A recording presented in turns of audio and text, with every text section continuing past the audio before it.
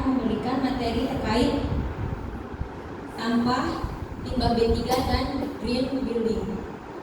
Dari rekan-rekan Facebook saya mau nanya, kita kali ketemu dengan sampah, ada yang tahu tentang sampah? Jadi siapa namanya? Yang tadi, apa sampah itu? Sampah adalah bekas makanan hewan yang telah dibuang. Oke, close buat siapa lagi yang tahu? Tiap hari nyapu sampah nggak tahu sampah itu apa? Sampah itu kan kalau dibuang untuk Pampers. Nah, itu contohnya Pampers ya. Ada lagi yang tahu tim cewek? Apa? Ada apa Kolila sampah? Potongan daun. Jadi mungkin disimpulkan di sini ya. Sampah itu adalah sisa kegiatan dari manusia maupun dari alam. Sampah itu ya ada yang berbentuk padat, cair, tapi kebanyakan sampah adalah padat. Kalau cair itu adalah limbah. Next. Jadi sampah sisa makanan dan lagi berbentuk daun. Ya, itu adalah sampah berbentuk padat ya. Kemudian limbah adalah sisa suatu usaha atau kegiatan. Kalau limbah itu bisa cair, bisa padat, dan juga bisa berbentuk gas. Ya. Next, di Bantar Gebang, tempat kita membuang sampah akhir itu sudah setinggi Candi Borobudur, bisa dibayangkan. Dan semua sampah yang ada di DKI Jakarta itu dikumpulkan, dibuang di tempat pembuangan air itu di Bantar Gebang. Kita pikirkan sehari-hari, setiap hari volume sampah bertambah. Bukan sumber sampah nih yang segede kayak gini nih, kayak Candi Borobudur ya. Itu dari rumah tangga, perkantoran, perusahaan, rumah sakit, masa dan kegiatan lainnya. Next. Limbah itu ada limbah kemarin dari botol yang meledak. Itu kita sebagai petugas PPSU harus bisa memisahkan antara limbah padat, cair dan gas. Jadi nggak sembarangan kita sampah-sampah yang kita tampung itu kita buang jadi satu ya. Jadi harus terpisah. Mungkin kenapa kita ada bank sampah, kemudian ada pengelolaan sampah organik dengan contoh yang kemarin ada di satu wilayah penyemprot sisa botol yang nyamuk itu ya, mungkin kayak baygon atau apalah gitu kan, karena gas tekanan tinggi itu meledak. Jangan sampai resikal, yaitu mengurangi sampah dengan menggunakan produk yang dapat diisi ulang, kemudian menggunakan bahan sekali pakai. Jadi tadi yang Ibu sebutkan plastik yang kita pakai, yang kita gunakan bisa kita gunakan berkali-kali, nggak hanya sekali, karena itu kan susah di undang-undangan pun sekarang PWA ya. Jadi mengurangi kertas. Jadi kalian tahu nggak, satu kertas itu bisa untuk membuatnya itu menebang satu pohon.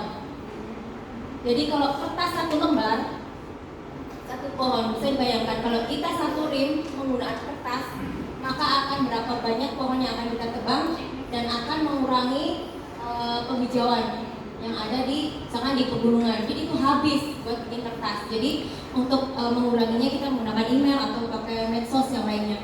Next. Nah, ini contoh limbah B3 ya, batu baterai.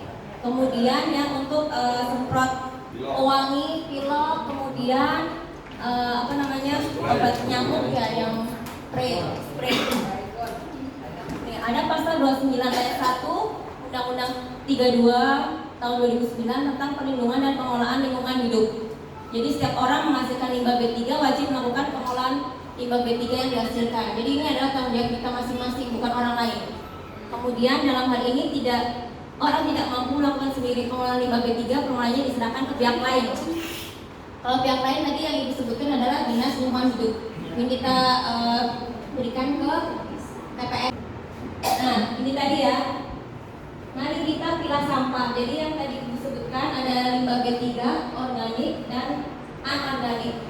Ini contohnya plastik yang kita pilah, dan ini daun yang tadi disebutkan oleh Halimah ya. Next. Tiap menit, tiap detik akan bertambah. Tugas kita adalah menguranginya. Karena ini adalah warisan anak cucu kita ya. Jadi bumi kita ini adalah titipan. bagaimana kalau kita tidak bisa menjaga bumi ini akan rusak dan Jakarta menambah sampah di DKI Jakarta. Kemudian aktivitas perkotaan yang sangat padat, semakin tingginya volume sampah. KKS kita udah bersurat di mana di AB1 itu masih susah juga kita karena pembuangan ke badan bak cuma sekali sehari karena di sana antri 6 sampai 7 jam. Jadi banyak sekali. Untuk yang tim donor perlu banyak koordinasi dengan tim saber. Kemudian bagaimana cara agar warga peduli? Kita sebagai PPSU adalah bagian dari masyarakat. Kita harus peduli terhadap pemilahan sampah. Contohnya, misalkan di rumah kalian ya ada sampah, kalian bikin plastik masing-masing untuk dipilah. Misalkan tadi ada sisa-sisa sayuran, kemudian plastik.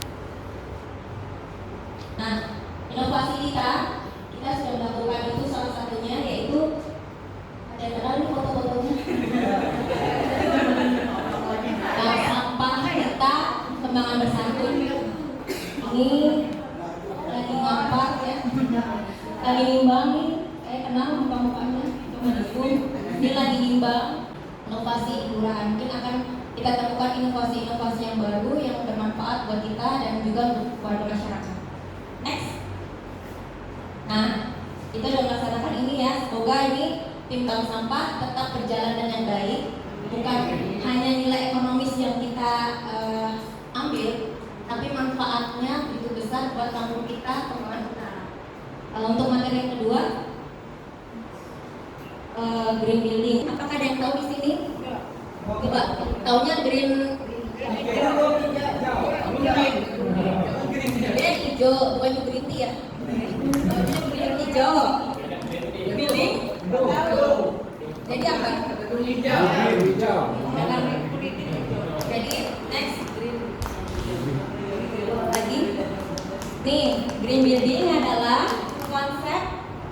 konsep bangunan yang didesain konstruksi operasinya bisa mengurangi dampak negatif bagi lingkungan. Mungkin ini contohnya nih, bangunan yang ada penghijauannya. Mungkin di kelurahan kita ada ya. Mungkin kalian tahu ada hidroponik ataupun vertical garden yang di belakang KTM Merdeka itu vertical garden penghijauan. Kemudian di Petra kayak pohon anggur. Pokoknya penghijauan yang ada di gedung-gedung ya.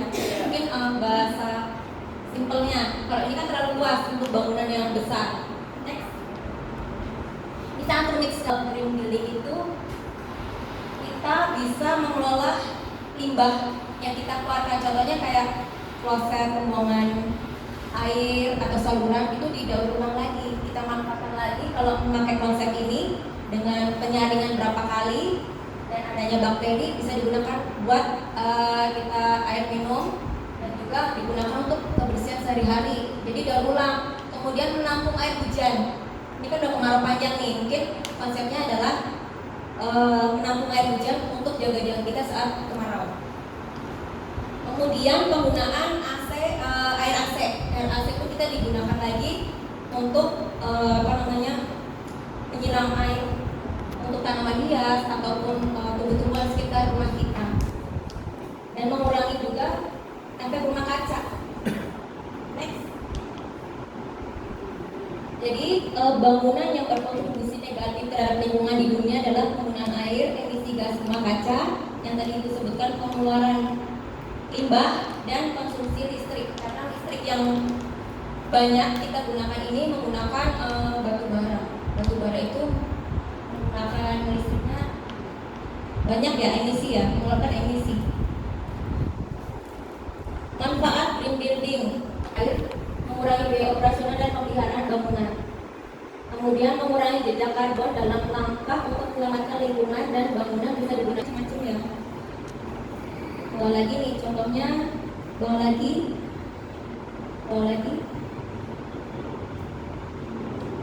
Nah, ini pun kita bisa mengadukan yang tadi limbah, sampah untuk bank sampah, untuk penghijauan. Jadi mungkin bekas-bekas kayak contoh ada minerale, kemudian sisa aqua bekas bisa kita gunakan sebagai pot.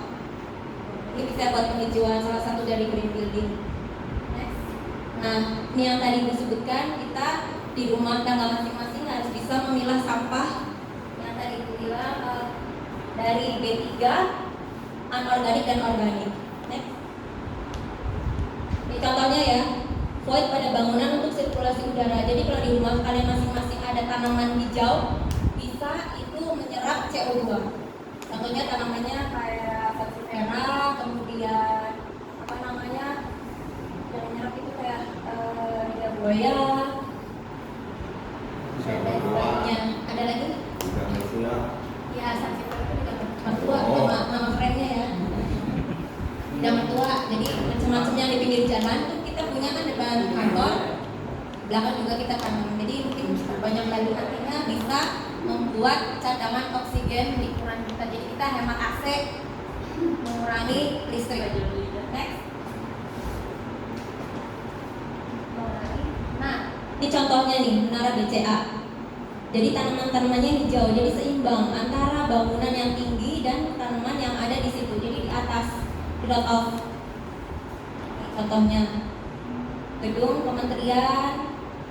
Mungkin kita bisa mencontohnya di Kelurahan Kembangan Utara ya. Mungkin nanti inovasi kita selanjutnya setelah bank sampah kita akan membuat penghijauan lebih jauh lagi di Kelurahan Kembangan Utara. Mungkin itu aja sekian dari saya. Paparan semoga bermanfaat buat rekan-rekan PPSU. Terima kasih. Assalamualaikum warahmatullahi wabarakatuh. PPSU Kembangan Utara.